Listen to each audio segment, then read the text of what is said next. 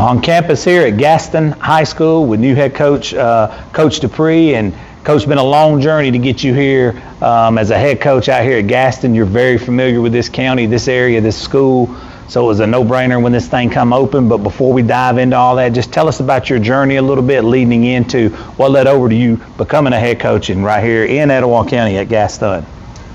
I got started, at Cherokee County with Coach Curry, who I love and I still talk to this day.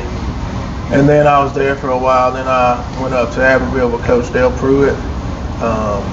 And then, I left there and went to Etowah after being at Abbeville for, I think, 4 years. I stayed at Etowah for 5 years, and then I came over here with Coach Sewell last year. And it was a real good experience. I needed it. And just something different. And, Coach Sewell was one of my good friends. And I got over here and I really enjoyed the kids, the community, and the fans. And most importantly, Miss George was really good to me. And so when this job came open, I really felt like I needed to jump on it, and I felt like it was a good opportunity to be here. You rewind the clock here at Gaston, just the time you and I was out of school, right after you and I was out of school, up until, several years, they were a very dominant program here at one time. And I know you see how that happened back then from a different, we were young cats back then, and we were still playing ball and stuff, and you've seen what this place can be. What's your thoughts on that, A, and B, what are some of the things you're doing to putting in place right now to try to get back to that? Yeah, that was one of the reasons why I thought this job was really attractive, is because I do remember when Gaston was really good, really dominant, under Coach Morris.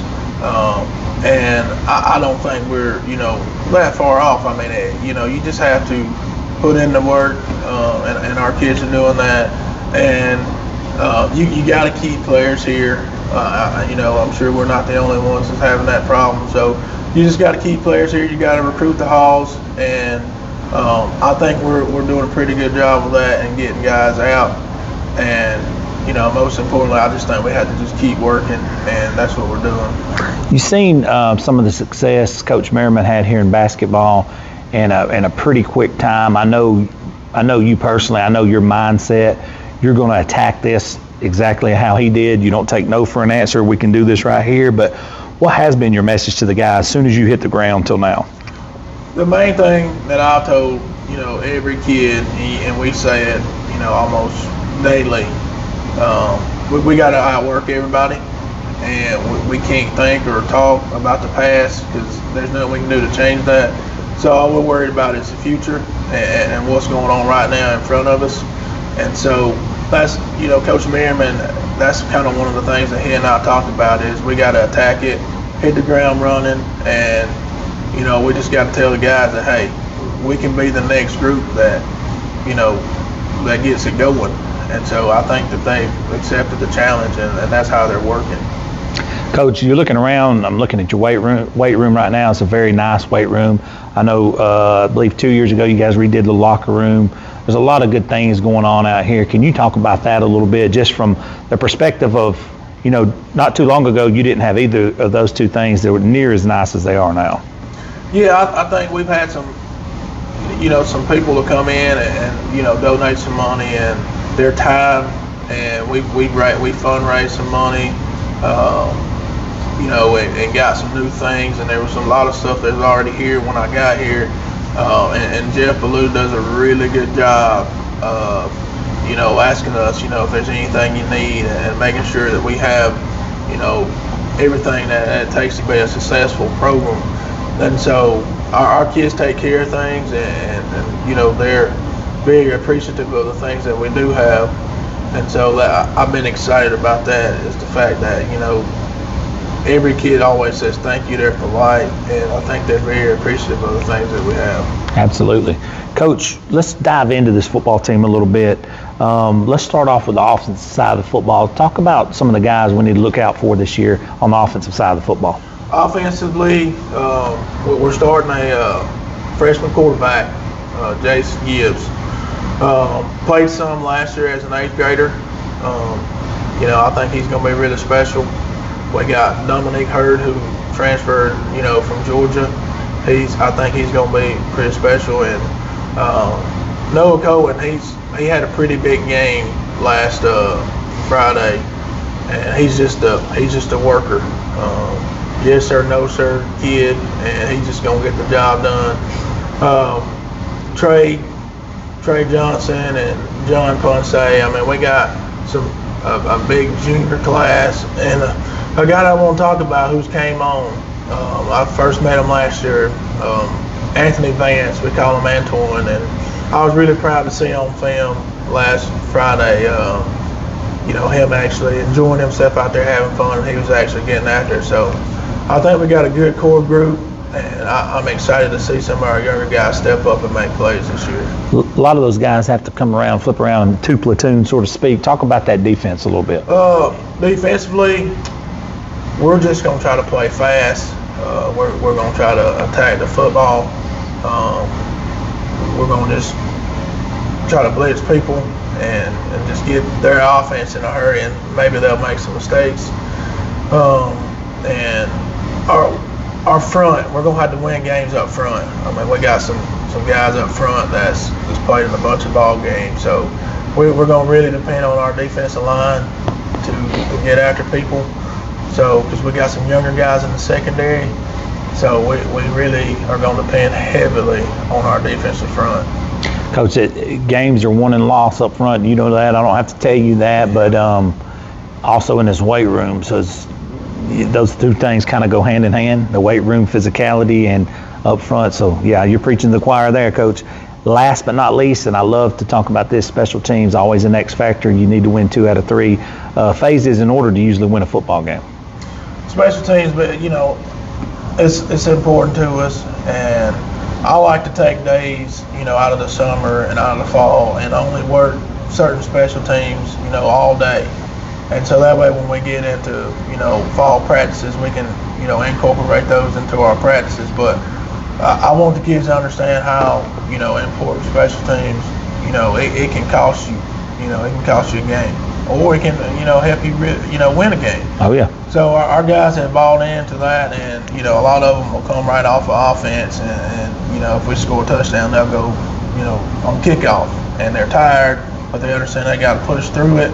And because it's important to go down there and make a tackle, because if you don't want to score a touchdown, then go kick off and give up.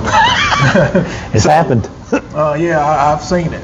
And so we're not going to, sub anybody on special teams. Our best guys are still going to be out there, and they're just going to have to suck it up and go. And one of the big things is, all the small school guys understand this is, you're taking. Going from defense to offense to special teams, and it's usually the same guys. Yep.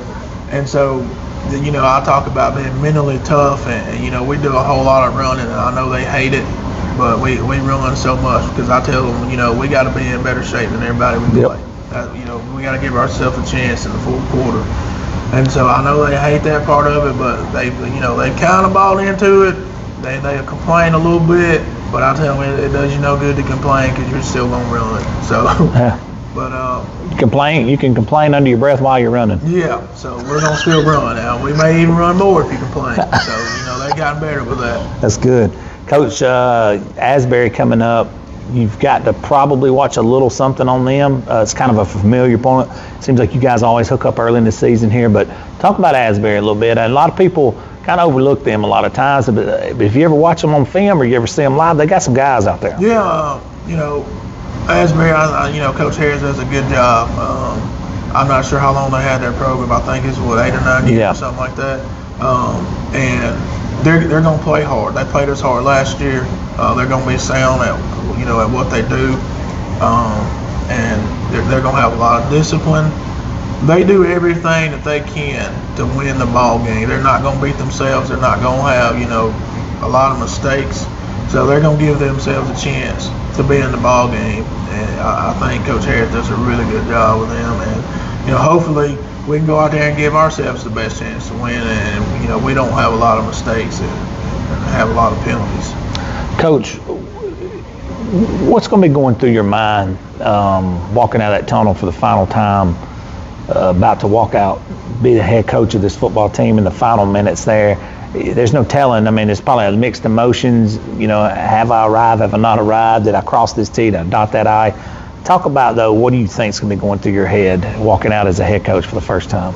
The main thing, I hope I had a positive impact on our kids every day. That's the main thing, and I hope that they're prepared, and I know that we've done, everything that we possibly could to have them prepared and ready.